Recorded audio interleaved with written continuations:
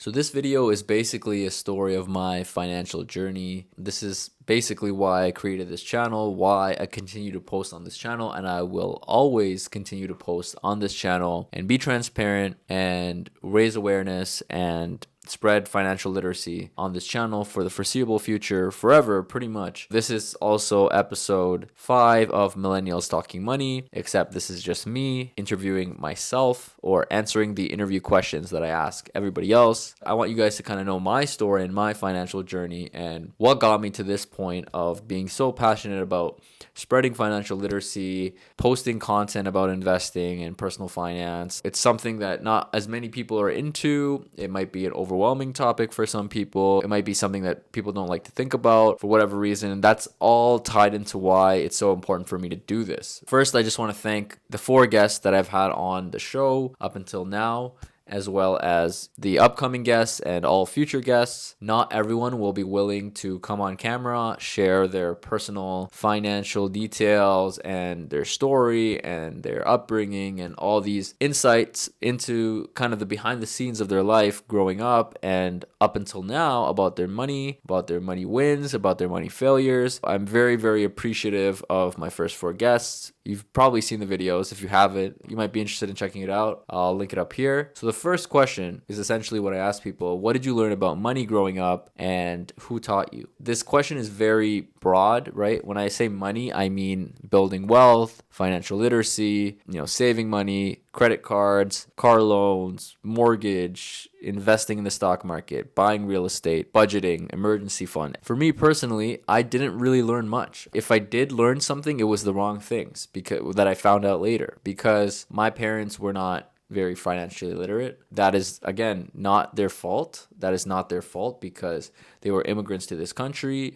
Nobody taught them. My parents were in debt throughout my life. And, I didn't even know about it for a lot of it. I didn't even know how bad it was for a lot of my life. And some people's parents might share that with them. But for me, my parents kind of shielded us from, knowing how bad the situation was. I was not hungry. There was always food on the table and it was a blessing and I'm very grateful. But I didn't learn any good money habits from my parents at all, right? I didn't learn to save. I didn't learn to invest. Most immigrant children don't learn about investing from their parents. I didn't learn to pay off my credit card in full. But what my parents did teach me is to be a good person and to give even when you have nothing. Because I've noticed a lot of people have that mindset of, well, I don't have much, I'm struggling. They don't really think to give. That's not really a thing. It's kind of like I gotta survive, so I gotta do whatever I gotta do, tunnel vision. Whereas, my parents, even though they didn't outright say it, just by their actions and helping people, and like my dad was like, I found out this way later, but like we were not financially well off, obviously. But I grew up living in an apartment building. From my whole life, pretty much, I still live in an apartment building. A lot of people are in a similar situation to me. I know that for a fact, except they might have gone down a different path. I chose the path of building knowledge and trying to get out of this situation. Not that it's a terrible situation. I'm able to save as much money as I possibly can right now to do the right things and be smart with that money. But back to what I learned, right? I learned about helping people. Whatever you have, you give, right? If the little that you have, you give. You can't go online and watch a YouTube video and learn this, right? This is all inherent in me, right? Why this channel even exists is because of what I learned from my parents and watching and observing my parents and how the little that they had, they gave. Being financially illiterate, you're not thinking about saving and investing money and building wealth and buying a house or anything like that. Obviously, they would have loved to buy a house, and instead it was just kind of survival, paycheck to paycheck, survival, lottery tickets and stuff like that, as a lot of people in a similar situation probably witness as well. It wasn't until I was much older that I realized now,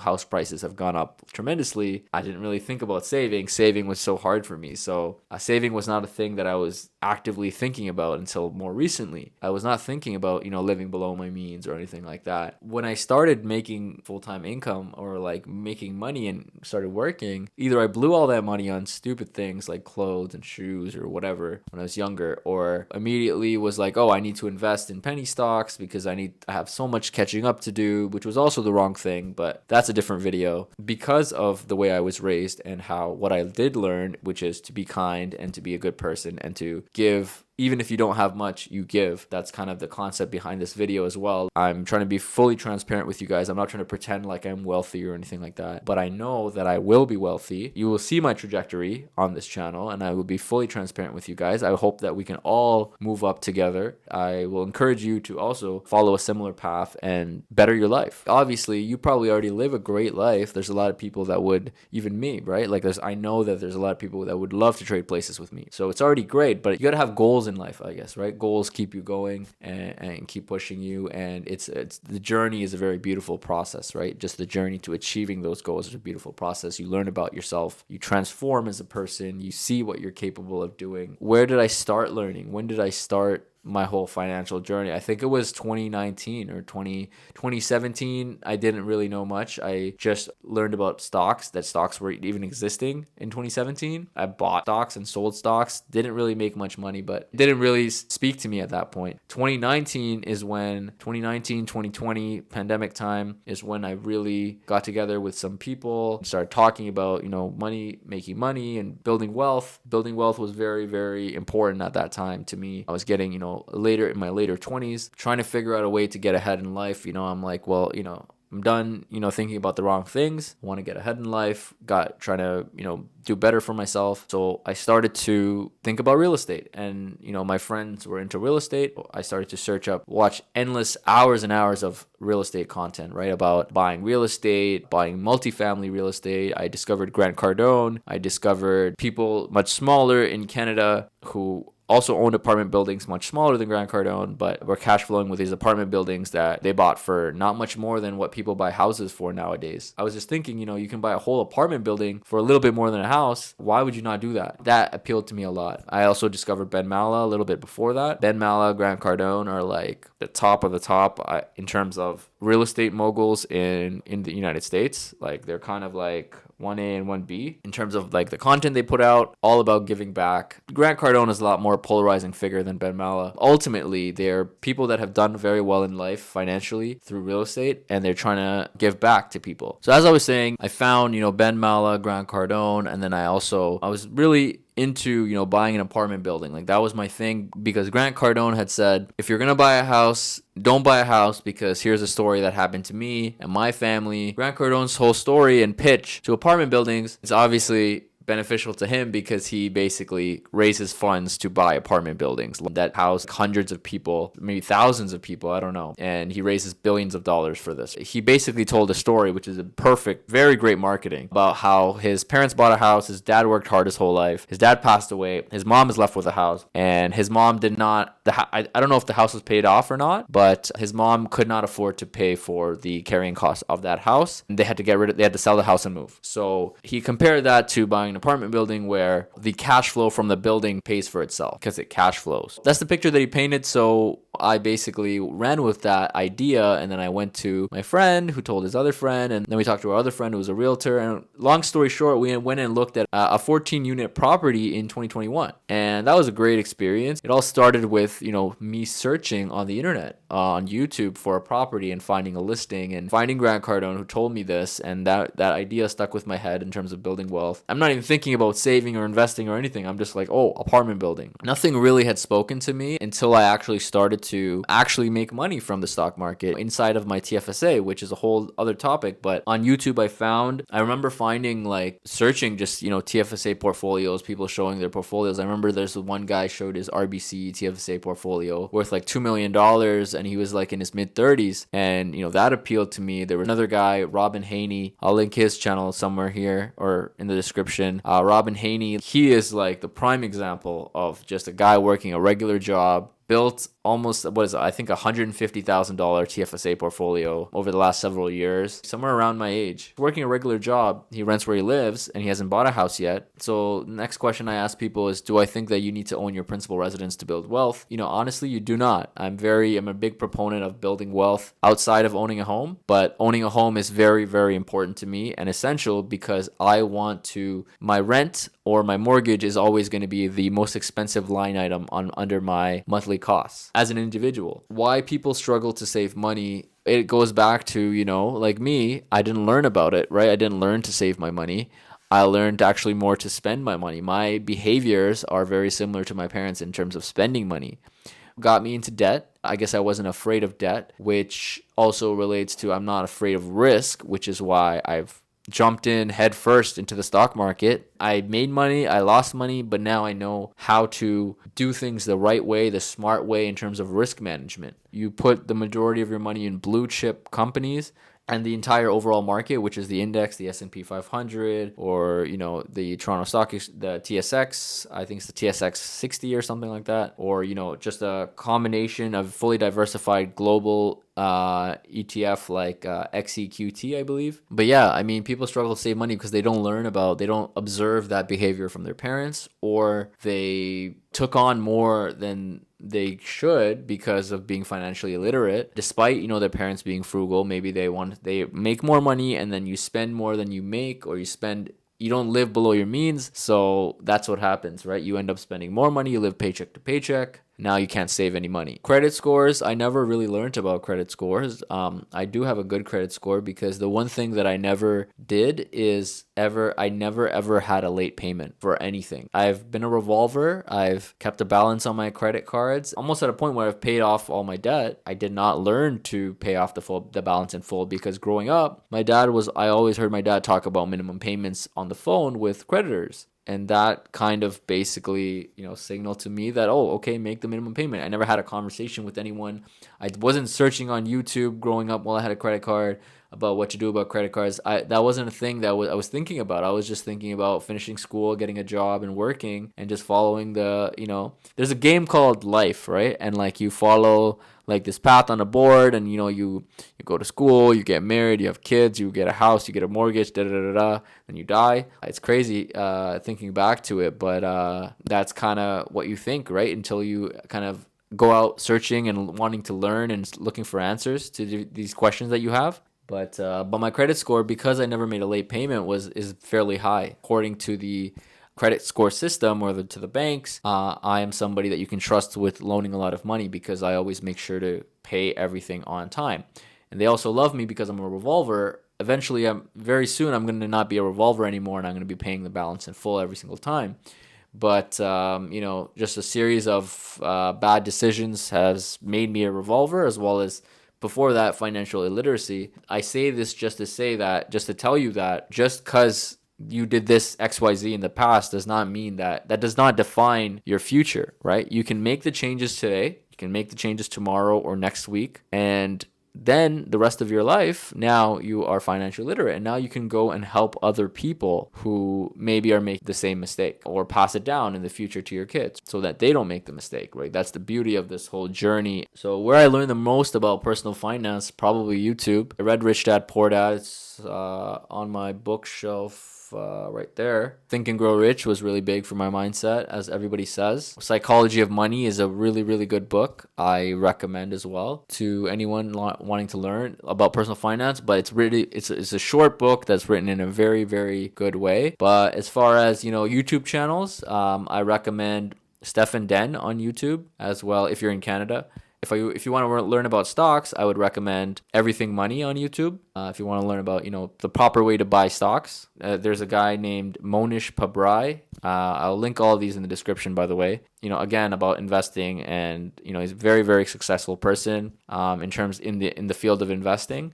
I learned a lot actually about pursuing business and entrepreneurship and social media, and how to take advantage of it to make money, and from Gary Vaynerchuk, who's one of my idols. In terms of a budget, implementing a budget was probably the best thing I possibly could have done. I'm really big on seeing the numbers and having an Excel spreadsheet. So I recommend everybody have a budget. I've talked about this previously, but income. What is your income? What are you bringing in? What is going out? What do you have left over? And once you do that, you'll realize, and you go through your bank statements and your credit card statements and see what you're spending your money on. And you'll see that there's a lot of things that you waste money on or you overspend on. and realize that, okay, you have no money left over, or you're spending all your money and you're not living below your means.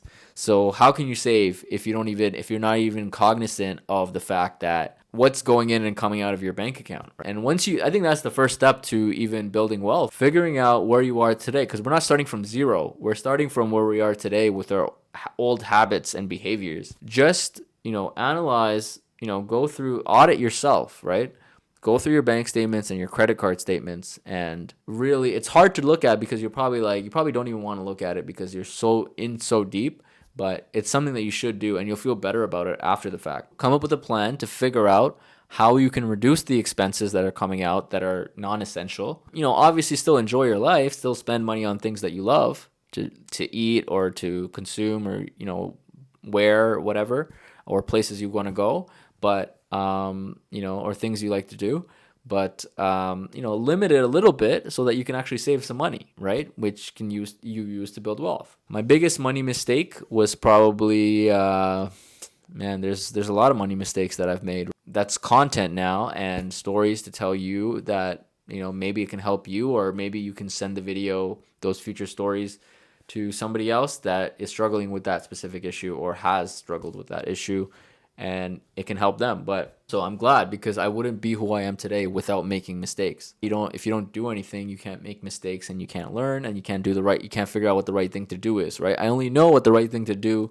in the stock market because I made the mistakes prior, and I didn't shy away from it because I wanted to genuinely figure out how these people build the wealth and make the money that they make. And I figured it out, and I got to the bottom of it. And I'm still learning to get better and better, but on a high level, on what everyone, the average person who doesn't know anything about the stock market should do, I've mastered that. But yeah, my biggest money mistake, I would say, I basically turned $2,000 to $120,000 in the stock market through a Canadian penny stock, and I didn't sell. But I don't know if I would consider that. I guess that is a money mistake, but because that's capital. But I wouldn't have learned all the lessons that I did. And I wouldn't be this channel wouldn't exist if I had sold and made that money in real life and realized that gain, and it would have been tax-free in my TFSA. But yeah, I would say that's my biggest. I mean, there's other money mistakes. Borrowing money from people is a money mistake. Loaning money out to people that, if you're actually not in a position to loan money out, which is if you're not very well off, if you actually need the money back, I don't think you should loan out money to people because it's going to stress you out. And if you can live with, if that person didn't pay you back and you'll be okay, then I guess you can loan out money. But I personally learned to not borrow money from anybody and not give out money to anyone unless I don't want the money back. Unless I'm in a position where I don't need the money back, or I don't want the money back and I want to give it as a gift instead of a loan. I think that's a really big one. Obviously the credit, instead of saving money cash because I thought, I knew everything at the time, investing all of my savings into the stock market, into high risk investments like penny stocks was not a smart thing to do. That's a money mistake. But yeah, I'll make separate videos on all of these things. But yeah, my biggest money win would probably be buying the index, right? Buying the S&P 500 index, learning the right things to do in the stock market is a really big money win, as well as investing into this YouTube channel so that I can pass on information to other people is really, really important. Down the road, I definitely think it will be a very big money win for sure. Even already, it's not a money win, it's a life win for me, because the conversations that start, or the thoughts that,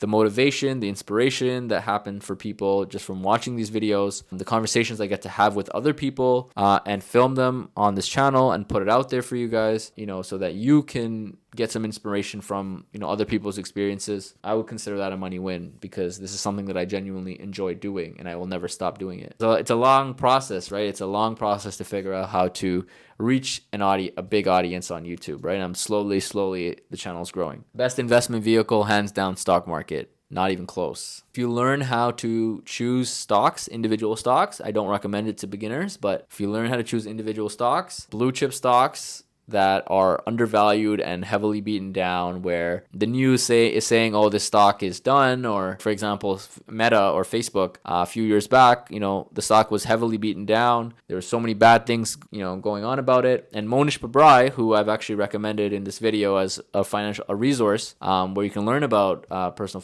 investing, he actually said Meta was an easy double from the levels that it was at back then. It's actually gone up 4 times since then because Mark Zuckerberg decided to lay off a majority of the workforce at Meta or Facebook, as well as other things that happened in the background, but they just reduced their expenses. So the next question is, how much do you save or invest on a monthly basis? The one piece of advice that has always stuck with me the last little while, I think I first heard it like a few years back from Kevin O'Leary, who you probably know if you watch Shark Tank or Dragon's Den, if you watch Dragon's Den in Canada. But Kevin O'Leary, he's very well known, Mr. Wonderful. What he said as advice to just, younger people trying to build wealth is that everybody should be able to save at least 10% of their income. So however you get paid, whether you get paid paycheck, dividend, whatever it is, if you can save 10% or 10 cents on every dollar that you earn, put that away. Obviously, after you have your emergency fund in place and your debt paid off, you invest 10 cents on every dollar that you earn, at least at the very minimum, absolute minimum, and you'll do well. At that point, you're basically spending less than you make or living below your means. Me personally, I easily save or invest 10% of I try to be closer to 20%, but I easily save or invest, 10, sometimes 30% of my income, to be honest. I try to save or invest as much as I possibly can, but full transparency, I am paying off some debt right now, so I'm not saving or investing as much as I would like to. But in the near future, I'll be saving or investing a lot more, and I'll update you guys at that point. Do I have an emergency fund? So I made a video about emergency funds. You can click the link up here to check it out, about why you should have an emergency fund and basically what the whole point of an emergency fund is and how much you should keep in it.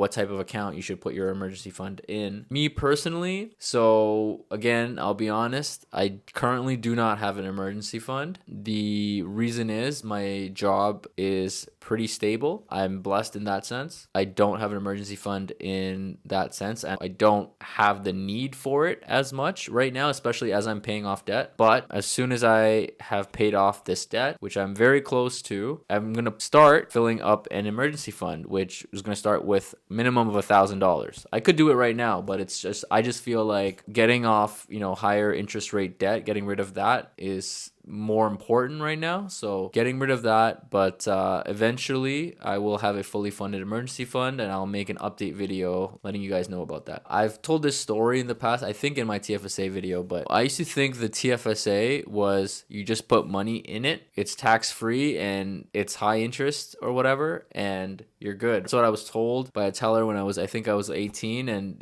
nothing happened to that account. No one even approached me to buy mutual funds. I guess that's because I didn't save any money, so I had no money in there. But TFSA, I utilize it through Wealthsimple. RRSP, FHSA, same thing through Wealthsimple. I encourage everyone to use Wealthsimple because there's no commissions. In my FHSA, I mainly hold cash.to, which I'll make a video on later. It's essentially getting me a high interest return on my money, because when I buy a house, I don't want to have my money tied up in the market, so that any sort of dip in the market at that point, I don't want to be selling an investment where I'm selling for 50 cents on the dollar or 70 cents on the dollar. I'd rather have a guaranteed rate of return and have my principal 100% there, versus because I have a shorter time horizon in my FHSA. As far as, TFSA, RRSP, my time horizon is very long. In my TFSA and RRSP, it's mainly stocks and index ETFs. And finally, financial goals. So my financial goal is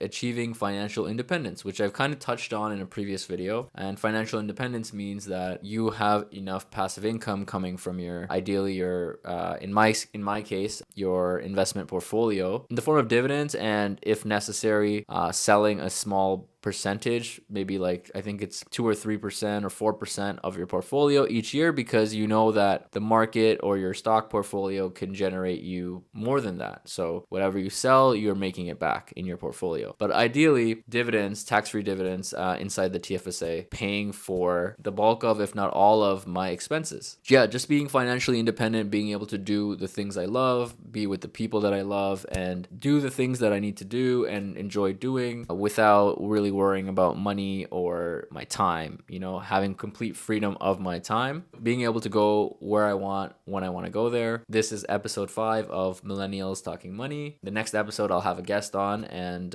you'll hear their answers to these questions. Thank you guys for tuning in and listening to my story. I'll see you guys in the next one.